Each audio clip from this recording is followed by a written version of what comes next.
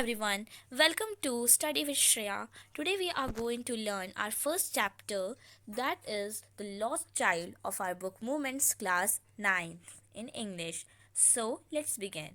So, uh, a child goes to a fair with his parents. He is happy and excited, wants a sweet and toys displayed there, but his parents don't buy them for him.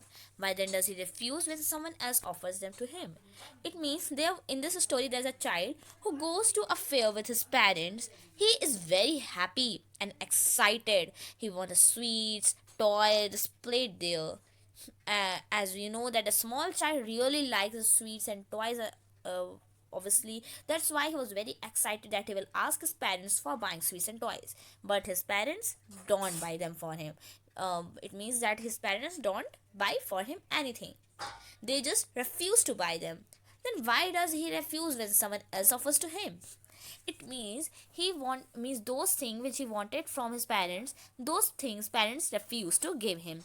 But when another person offered him, after a situation in which another person offered a child for those toys and those sweets, then why he refuses we are going to know in this story. So now we will start our story. This was a summary of our story, very very small summary of a story, or just like a questioning summary. Okay. It it was the festival of spring. From the wintry shades of narrow lanes and alleys emerged a gaily clad humanity.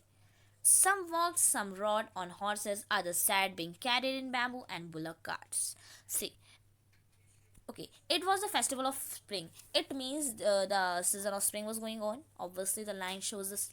From the wintry shades of narrow lanes and alleys emerged a gaily clad humanity. Means there was a wintry shades in our narrow lanes. There were narrow lanes and they were very winter. Means there were little wintry shades. Means the shades of a tree is known as wintry shades. Okay, and the alley emerged a gaily clad humanity. Means the people were very happy and they were very excited for going to the fair. Some walked and some rode on horses, others sat being carried in bamboo and bullock carts. Means some of them were riding on horses, some were sitting, means some were riding on horses, some were sitting and being carried in bamboo or bullock carts. Okay, some of them were riding on horses, some of them were going through carts. One little boy ran between his father's legs, brimming over with life and laughter. And in between these all conditions, one little boy was there about whom we are going to talk in this whole story. That boy was going between his father's leg, brimming over with life and laughter. Means he was very excited. He was excited that he was thinking that it is a very precious time of my life. It is very enjoying time of my life. He was very happy. Means he was very glad of this the moment going to the fair. He was thinking that what he will ask to his father, what he want to buy. These all he was thinking. So suddenly means when he was thinking to buy those things, then he watched around him the stalls. Means the child was going, okay, and when he was stalls, okay, he was stalls and the this is child, and he start looking at these all, okay. Okay, he start looking at these all stalls, how toys were there, okay. But and while this, his parents called, come child, one second please, come child, come, called his parents as he lagged behind, fascinated by the toys in the shop that lined the way. He hurried towards his parents, his feet to their call. See, come child, come. His parents called him because he was watching around the shop, and that's why he got stopped at that point, and his parents now start calling him, come child, come. And as he lagged behind, fascinated by the toys in the shop that lined the way, because and why the parents call him, because he was just lagged behind the behind his parents' way, in the front of shops or in the front of toy shops, in the front of toys. He hurried towards his parent, his feet obedient to their call. And when his parents called, come child, come, then he hurried towards his parents, as he was very obedient to their call. his eyes still lingering on the receding toys. But still, he was going towards his parent, but still in his mind and in his vision, everything just was going receding toys. The toys were going in his eyes. He was imagining about them. Even still, he was moving his head backside and he was watching the toys only, the sweets and all. As he came to where they had stopped to wait for him, he could not suppress the desire of his heart, even though he well knew the old cold stare of refusal in their eyes. And now he could not suppress the desire of his heart, even though he even knew the old cold stare of refusal in their eyes. It means he could not suppress the desire, but he could not stop himself overall, even though he even know the old cold stare of refusal in their eyes. Means he knew that his parents were refused to buy things, but still he can't control himself. He can't control his desires. He means he asked his parents to grant him the toys, to provide him those toys. Okay, now let's see in the story. I want that toy, he pleaded.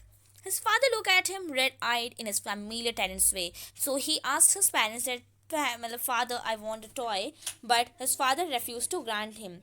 His father got red eyed. He was really very angry after this asking of his son. His mother melted by the free spirit of the day was tender. Means see, father got angry, but mother got melted because this means this free spirit of the day means this what to say? This very lucky day or this very beautiful day for his child, for her child, means pleaded her and melted her heart. And so she told to her son, keep pick my fingers and look the child, look what is before you. And when she said this all, yes, and when she said this, then suddenly the child watched what was before him. So let's watch what is before him. It was a flowering mustard field, pale like a melting gold as it swept across miles and miles of even land. He was at the mustard fields. Let me to show you how they were. Like this is the mustard field, okay, because they were just looking like a gold, and the boy was seriously watching these all very excitingly, means very by a fascinated vision, that the group of dragonflies were bustling about on their gaudy purple wings, intercepting the flight of a lone black bee or butterfly in search of sweetness from the flowers. So now, means first of all, he went to the flowering mustard fields, which were looking like a gold, and they were swept across miles and miles away. Means they were just spread from miles and miles away. And now he watched a group of dragonflies, which were bustling like buzz, like the black bee you do. I mean, they do like buzz, butterflies and all. They were means they were there in the what fields, and in that dragonflies were having purple wings, which attracted him, and they were intercepting the flight of a lone black bee or a butterfly in search of sweetness from the flower. The child followed them in the air with his gaze till one of them would still its wings, and rest he would try to catch it. I mean, the child followed them. Now, as we know, the small child gets attracted with these insects, so he followed the air with his gaze till one of them would still its wings and rest. He would try to catch it. Means when an insect gets slowed down, he suddenly runs to catch it, but it would go fluttering, flapping up into the air when he had almost caught it in his hands. And when an insect gets slowed down, then he tries to pick the insect from his hand. And when he tried this, suddenly the insect get its speed and it run aways. So which make him really little upset, because they run away from his hand. Then his mother gave a cautionary call. Means suddenly, when he was enjoying in this nature's beauty, then his mother called him with a cautionary call. Come, child, come on to the footpath. Means she told that, come, child, come on to the footpath. She was just calling her child. That beta, come. So he ran towards his parents gaily and walked abreast of them for a while. Means now the child ran towards his father. Ran towards his parents, where they were. Okay, and walked abreast for a while. Bing, however, soon left behind, attracted by the little insect. And now, when he was again walking, then suddenly, when he was walking, then suddenly again he could stop at a point where where little insects and worms along the footpath that were teeming out from their hiding place to enjoy the sunshine. Means and he stopped at that place where small insects and worms were coming out. Okay, and again, when he stopped at his footpath, then his parents called him, "Come, child, come." His parents called from the shade of a grove where they were seated, so he seated themselves on the edge of a well. Now they were that the child is enjoying in the nature, so they stop in the grove. Okay, and means they were grove means they were sitting under the grove in the shade. Okay, and they were waiting for their child, so they called him, "Come, child, come." A shower, and he ran towards them, and again he ran towards them. But still, now sometimes there are very distracting materials around us which distract us. So now this time, another distracting thing come, which was a shower of young flower which was falling upon the child as he entered the grove and forgetting his parents. Means this time, this distraction was this type that this time he forgot his parents call. He began to gather the raining petal in his hands.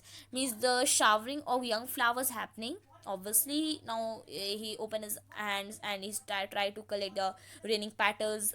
Okay, but lo, he heard the cooing of doves and ran towards his parents. But suddenly the cooing of doves started, and he suddenly ran to his father, to his parents, shouting, "The dove, the dove!" Means he got scared by the dove, and now he starts shouting, and he suddenly came to his parents. And the all raining pattern, which those all dropped from his forgotten hands. It means that when he was scared, then all petals got dropped from his hand, and because he forgot it. "Come, child, come," they called to the child, who had now gone running in wild capers round the banyan tree, and gathering him up, they took the narrow winding footpath which led to the fair through the mustard fields. It means the child come, means the parents again called, "Child, come, come, child, come." So now he was coming by passing through the wild capers. He was passing through the wild capers which was around the banyan tree, and after taking the child, they took to the narrow winding footpaths which led to the field through the mustard field. And at last, through the mustard field, there was a narrow way through which the parent, along with the child, were going for the fair. So this was our part 1. In next video, in our part 2, we will read remaining story. I hope you all understood about the story in the part 1 which I taught you. And so this was all for today. Thank you.